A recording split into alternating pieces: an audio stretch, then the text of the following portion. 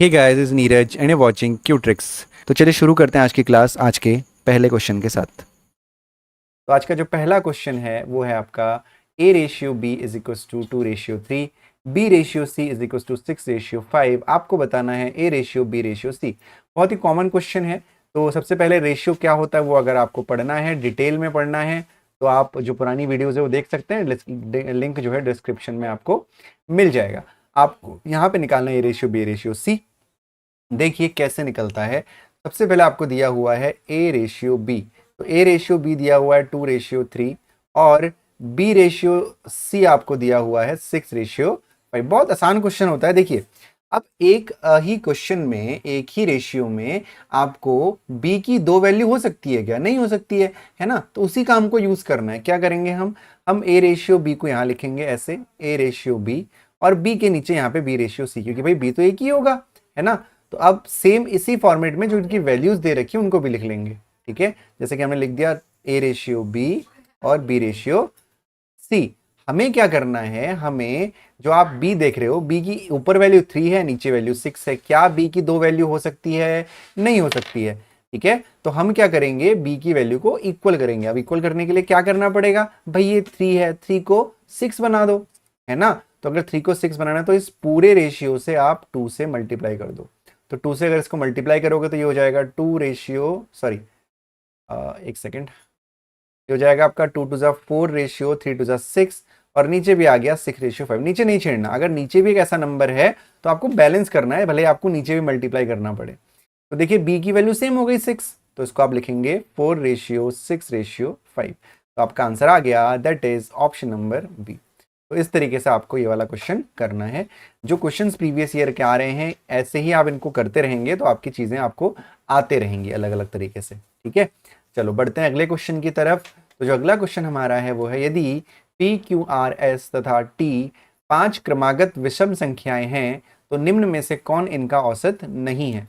If P, Q, R, S and T are 5 consecutive odd numbers, then which of the following is not their average? अब इस question को करने से पहले आपको एवरेज आना चाहिए। हालांकि पहले भी क्वेश्चन में मैं एवरेज को समझा चुका हूं, एक प्रीवियस ईयर वाली क्लास में ही, शायद पहली या दूसरा डे था। इसमें भी आपको समझना पड़ेगा एक चीज। मैंने आपको जो पिछली बार बताया था वही मैं आपको समझा रहा हूँ। जैसे कि मान लीजिए मुझे 4 नंबरों का एवरेज निकालना है। जैसे यहीं पर है P Q R S T का एवरेज निकालना है, तो मैं क्या करूंगा, P plus Q plus R plus T, और पूरे को डिवाइड करेंगे 1 2 3 4 5 से, तो हमारा एवरेज आ जाएगा, है ना। यही तो होता है एवरेज। ठीक है, लेकिन अगर कोई क्रमागत संख्या है, ये मैं पहले भी आपसे डिस्कस कर चुका हूं कि अगर क्रमागत संख्या, जैसे कि मान लीजिए अगर मुझे एवरेज निकालना है 2 3 4 5 6, ठीक है, तो मुझे अगर एवरेज निकालना है इन सबका, तो मैं पहले क्या करता हूं, ये नंबर्स का डिफरेंस चेक करूंगा। तो डिफरेंस सबका 1 1 डिफरेंस है, यानी अगर डिफरेंस सेम हुआ, यानी कंजिकेटिव डिफरेंस सेम का मतलब कंजिकेटिव नंबर्स हुए, क्रमागत संख्याएं हुई, तो इसका जो एवरेज होता है, हालांकि आप वैसे भी निकाल सकते हो 2 + 3 + 4 + 5 + 6 अपॉन 1 2 3 4 5, तो भी आपका आंसर सही आएगा। लेकिन आपको वो करने की जरूरत ही नहीं है। अगर कंजिकेटिव नंबर्स हैं तो जो बीच वाला नंबर होता है वो आपका एवरेज होता है। जैसे कुछ इस तरीके से कर सकते हैं, जैसे मान लीजिए 2 4 6 8 10, इसका अगर आपको एवरेज निकालना है तो आप देखोगे कि सब में 2 2 का डिफरेंस है, यानी कंजिकेटिव नंबर की सीरीज है। बेसिकली कंजिकेटिव इवन नंबर की सीरीज है, क्रमागत सम संख्याओं का सीरीज है ये, है ना। तो क्रमागत सम संख्याओं की सीरीज है। अगर आपको जनरली एवरेज निकालना है तो आप क्या करोगे, 2 + 4 + 6 + 8 + 10 अपॉन 5, आंसर आपका आ जाएगा। लेकिन जब आप वैसे भी आंसर निकालोगे तो आंसर आपका 6 ही आएगा। तो बीच वाला जो नंबर होता है वो आपका एवरेज होता है, अगर सीरीज जो है कंजिकेटिव है, क्रमागत है। ये चीज क्लियर हो गई, मैं पहले भी आपको ये चीज समझा चुका हूं। तो इस क्वेश्चन में जो हमारे पास नंबर दे रखे हैं वो दे रखे हैं पी क्यू आर एस और टी। ठीक है, 5 क्रमागत विषम संख्या है, तो निम्न में से कौन इनका औसत नहीं है? Which one of the not is the average, कौन सा एवरेज नहीं है? तो देखिए सबसे पहला है पी। हम करके देखते हैं कि हमारे पास एवरेज के कितने ऑप्शन है। पहला ऑप्शन क्या है कि इन सबको जोड़ना, p plus Q plus R plus T upon क्या 1 2 3 4 5। तो भैया पांचवा जो सी है ये तो हमारा एवरेज है, बोल सकते हैं हम। दूसरा ऑप्शन क्या क्या बोला है कि 5 क्रमागत विषम संख्याएं हैं।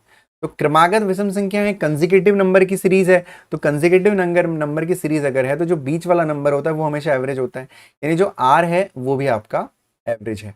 ठीक है, आर भी आपका एवरेज हो गया। अब बचा ए और डी। ठीक है, अब यहाँ पे ए है P+4 और डी है PQRST/5।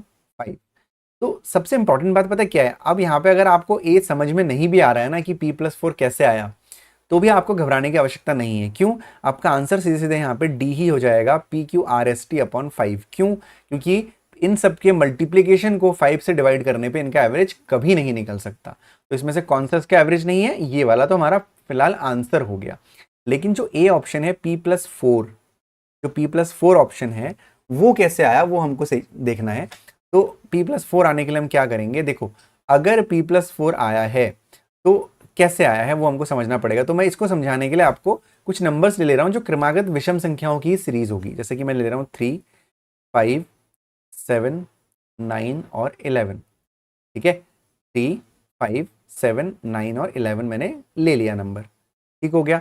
अब मैं अगर इसका एवरेज निकालूंगा तो मुझे पता है कि क्रमागत इसका नंबर एवरेज क्या होगा, 7 होगा इसका एवरेज। अगर आप निकाल के देखना चाहते हो कि 3 + 5 + 7 + 9 + 11/5, तो भी 7 ही आंसर आएगा।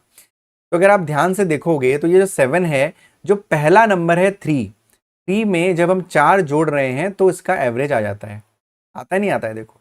तो यानी पहला नंबर है P, उसमें अगर 4 ऐड करोगे तो एवरेज आना ही आना है ना। तो यानी इसका मतलब ए भी आपका एवरेज होगा। तो इसका आंसर डी ही होगा। ठीक है, चलिए बढ़ते हैं अगले क्वेश्चन की तरफ।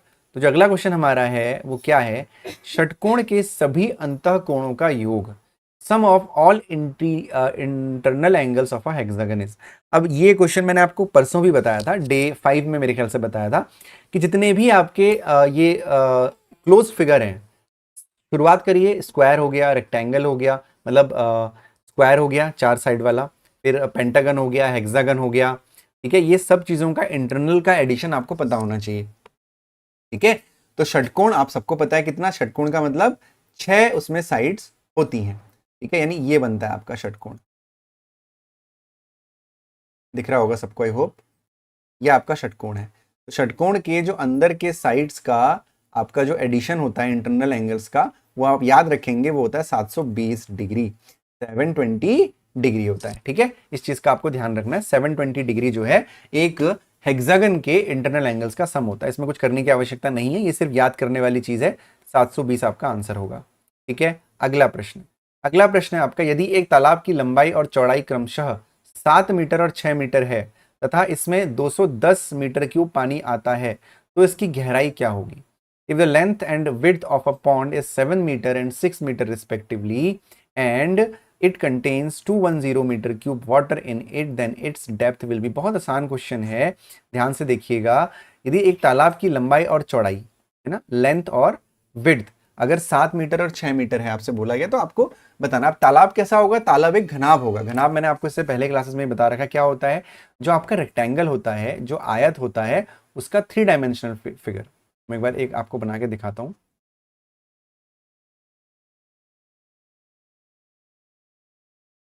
ये है 3 डायमेंशनल फिगर। ठीक है, किसका, एक घनाभ का, यानी एक तालाब है।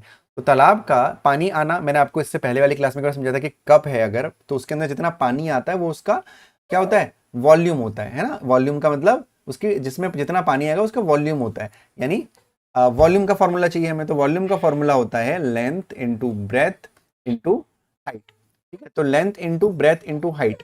तो हमें जो वैल्यूज दी हुई है वो लिख लेते हैं। तो वॉल्यूम कितना पानी आता है, 210 मीटर क्यूब पानी आता है, तो यानी वॉल्यूम की जगह पे 210 आ जाएगा। लेंथ कितनी है, आपको बोला गया है लेंथ 7 मीटर है, और विड्थ यानी चौड़ाई कितनी है, 6 मीटर है, और हाइट यानी ऊंचाई आपको, या गहराई भी आप यहाँ पे कह सकते हो, आपको निकालनी है। तो h को यहाँ रहने दीजिए, 7 और 6 को उधर लेके जाइए, तो ये हो जाएगा 210 बटा 7 गुणा 6। 7 या 21 होता है, 6 पंजे 30 होता है। तो बहुत आसान क्वेश्चन था, 5 मीटर आपका आंसर होगा।